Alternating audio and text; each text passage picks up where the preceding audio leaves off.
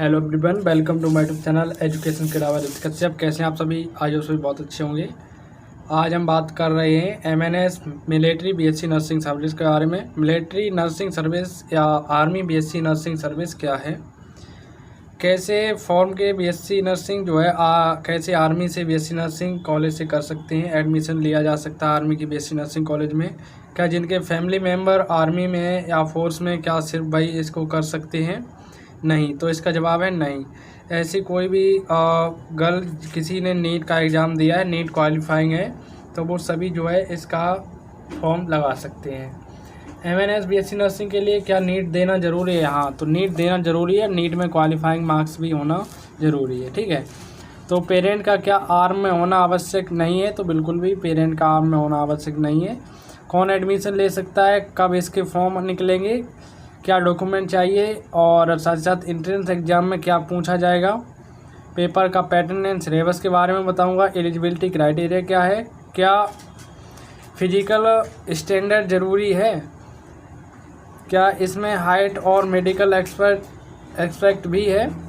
क्या इसमें लड़की या लड़का दोनों फॉर्म भर सकते हैं या सिर्फ लड़की? तो देखिए, सिर्फ इसमें गर्ल्स ही अप्लाई कर सकती हैं। क्या एमएनएस से सीधी परमानेंट जॉब लगती है? तो हाँ, देखिए एमएनएस में सिर्फ आपका एडमिशन नहीं, उसके बाद आपकी डायरेक्ट जॉब भी लगती है। पढ़ाई के साथ साथ आपकी फ्री में जॉब भी लगेगी, ठीक है। पढ़ाई भी एकदम फ्री होगी इसमें। तो एमएनएस बीएससी नर्सिंग के बारे में संपूर्ण जानकारी आज के इस वीडियो सेशन में देने वाला हूँ। फिलहाल चैनल पर चैनल सब्सक्राइब और टेलीग्राम को बस ज्वाइन कर लेना। तो आइए चलिए आज के इस वीडियो सेशन की स्टार्ट करते हैं और बढ़ते हैं आगे। तो सबसे पहले देखिए, आपको बता दे रहे हैं कि मिलिट्री बीएससी नर्सिंग के कौन कौन से कॉलेजेस हैं जहां आपका एडमिशन होगा। तो देखिए, मिलिट्री के बहुत सारे बीएससी नर्सिंग के कॉलेज हैं जिसमें आपका एडमिशन होगा।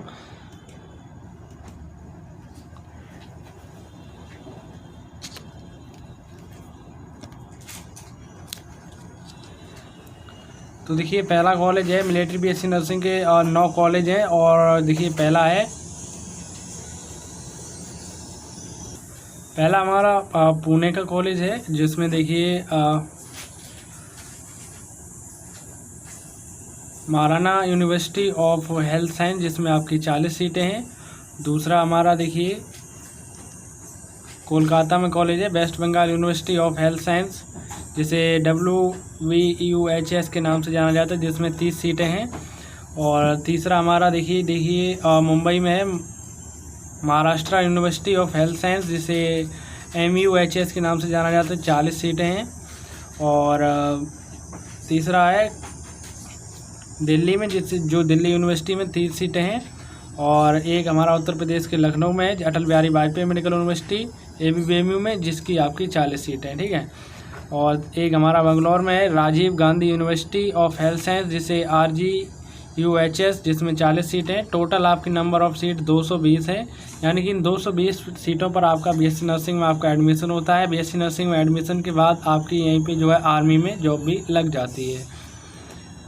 तो देखिए, एमएनएस मिलिट्री बीएससी नर्सिंग के लिए एलिजिबिलिटी क्राइटेरिया क्या है? तो एमएनएस बीएससी नर्सिंग के लिए देखिए एलिजिबिलिटी क्राइटेरिया की मैं बात करूं तो देखिए एलिजिबिलिटी की मैं बात कर रहा हूं तो देखिए 12th बायो की जो गर्ल्स हैं वो सभी इसमें अप्लाई कर सकती हैं। बात शर्त क्या है? आपने नीट का एग्ज़ाम दिया हुआ होना चाहिए।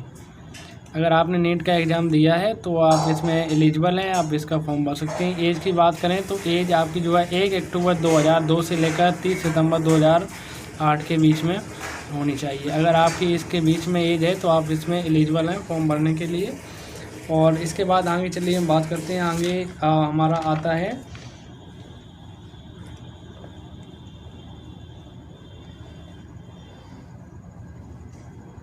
कि एजुकेशन क्वालिफ़िकेशन की मैं बात करूं तो एजुकेशन क्वालिफ़िकेशन आपको क्या चाहिए? तो देखिए, एजुकेशन क्वालिफ़िकेशन में आपका देखिए एजुकेशन क्वालिफ़िकेशन में आप 12th पास आउट होने चाहिए विद PCB सुविधा के साथ। मिनिमम आपके 12th में जो है 50 परसेंटाइल मार्क्स होने चाहिए। और इसी के साथ साथ आप एक रेगुलर स्टूडेंट भी होने चाहिए। 12th आपने किसी भी बोर्ड से पास आउट किया हो, कि उत्तर प्रदेश के चाहे आप इंडिया के किसी भी स्टेट से, तो ऑल इंडिया कैंडिडेट इसमें जो है अप्लाई कर सकते हैं। एज के बारे में मैंने बताया पीछे, आपकी एज अगर उस एज क्राइटेरिया के बीच में है तो आप इसमें अप्लाई कर सकते हैं। इसमें सिर्फ फीमेल कैंडिडेट ही अप्लाई कर सकते हैं, मेल कैंडिडेट अप्लाई नहीं कर सकते हैं। और आपके देखिए 12th में कोई भी आरटी वगैरह नहीं लगी होनी चाहिए, क्योंकि अगर 12th में आरटी वगैरह लगी है तो भी आप इसमें अप्लाई नहीं कर सकते, चाहे आपने 12th किसी भी बोर्ड से पास आउट किया हो, आप इसके लिए एलिजिबल हैं। आगे चलिए आगे बात करते हैं। तो आगे देखिए एडमिशन प्रोसेस आपका क्या रहता है। तो एडमिशन प्रोसेस देखिए, नीट 2025 का स्कोर आपका 150 प्लस होना चाहिए। अगर देखिए आज वैसे नीट का रिजल्ट भी आ चुका है, नीट 2025 का रिजल्ट आ चुका है। उसके बाद आपका देखिए एमएनएस के लिए फॉर्म भरा जाता है, उसका आप खुद का टेस्ट होता है जिसमें आपकी जनरल इंटेलिजेंस और जनरल इंग्लिश पूछी जाती है। आगे आपको बताएंगे कि आप एमएनएस का पेपर का पैटर्न कैसा रहता है। तो देखिए उसके बाद फिजिकल एसेसरी इंटरव्यू आपका होता है, फिजिको एसेस होता है और इंटरव्यू जैसे ही आप एग्ज़ाम दे देते हैं एग्ज़ाम के बाद पर, ठीक है।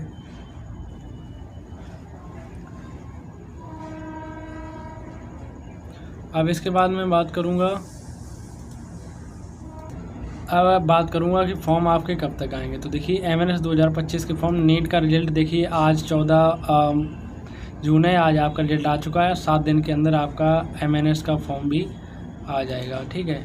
14 जून को आज नीट का रिजल्ट डिक्लेयर हो चुका है और 7 दिन के अंदर आपको फॉर्म देखने को मिल जाएगा। एक्सपेक्टेड डेट की बात करूँ तो जून के लास्ट वीक तक आपका जो है फॉर्म फिलअप होना स्टार्ट हो जाएगा।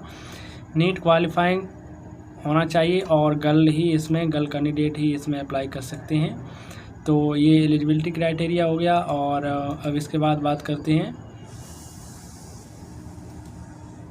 सब फॉर्म को लेकर सबके मन में यही डाउट आता है कि क्या जो है मिलिट्री चाइल्ड ही अप्लाई कर सकते हैं क्या। तो नहीं, ऑल इंडिया के कैंडिडेट इसको अप्लाई कर सकते हैं। डिफेंस का होना आवश्यक नहीं है, आपकी किसी फैमिली का डिफेंस में होना आवश्यक नहीं है, आपका डिफेंस में होना आवश्यक नहीं है। और इसमें किसी प्रकार का कोई रिजर्वेशन नहीं मिलता है, चाहे आप कोई भी एक्स आर्मी वगैरह रहे हो, चाहे कोई भी रहे हो, ठीक है। इसमें नॉन डिफेंस कोई भी रिजर्वेशन नहीं मिलता है, ठीक है। तो इसमें सभी की सीट जो है ओपन रैंक के अकॉर्डिंग अलॉट होती है। तो सिलेक्शन प्रोसेस देखिए क्या रहता है। MNS BSc nursing selection process, सबसे पहले आपने जो है नीट क्वालिफाइंग किया होना चाहिए। उसके बाद आप जो है एमएनएस का फॉर्म फिलअप करेंगे। उसके बाद आपकी शॉर्ट लिस्ट करी जाएगी नीट के स्कोर के बेस पर। उसके बाद आप जो है फॉर्म भरेंगे, फॉर्म भरने के बाद शॉर्टलाइज होंगे नीट के स्कोर के बेस पर। उसके बाद आप एमएनएस का एग्ज़ाम देंगे। एमएनएस का एग्ज़ाम देने के बाद आपका देखिए इंटरव्यू और मेडिकल टेस्ट होगा और उसके बाद आपका फाइनली सिलेक्शन हो जाएगा। आप जो है ट्रेनिंग के लिए बीएससी नर्सिंग कॉलेज में पढ़ने के लिए जाएंगे और पढ़ने के बाद आपकी वहीं पे जॉब लग जाती है एमएनएस में। एमएनएस में जॉब लगने के बाद आपकी सैलरी स्टार्टिंग लगभग जो है आपकी 80,000 प्लस से स्टार्टिंग होती है। अब इसके बाद एमएनएस के एग्ज़ाम पैटर्न की बात करें तो देखिए एमएनएस का जो एग्ज़ाम होता है उसमें एग्ज़ाम पैटर्न क्या रहता है। एमएनएस के एग्ज़ाम में आपसे जो है जनरल इंटेलिजेंस के 20 क्वेश्चन पूछे जाएंगे जो आपके 40 मार्क्स के रहेंगे, ठीक है। जनरल इंग्लिश के आपके 20 क्वेश्चन पूछे जाएंगे जो आपके 40 मार्क्स के रहेंगे। और ऑब्जेक्टिव टाइप का आपका एग्ज़ाम होगा, नेगेटिव मार्किंग भी आपकी होगी। और सब्जेक्ट जो आपका पेपर होगा सीबीटी ऑनलाइन मोड में होगा। एग्ज़ाम सेंटर आपका दिल्ली ही रहेगा, ठीक है। और इसके अतिरिक्त भी आपका देखिए एग्ज़ाम सेंटर आपके सिटी के नियर भी हो सकता है, लेकिन अगर नियर नहीं जाता है तो दिल्ली ही आपका एग्ज़ाम सेंटर रहता है ज़्यादातर। तो अब इसके बाद हम बात कर लेते हैं आगे।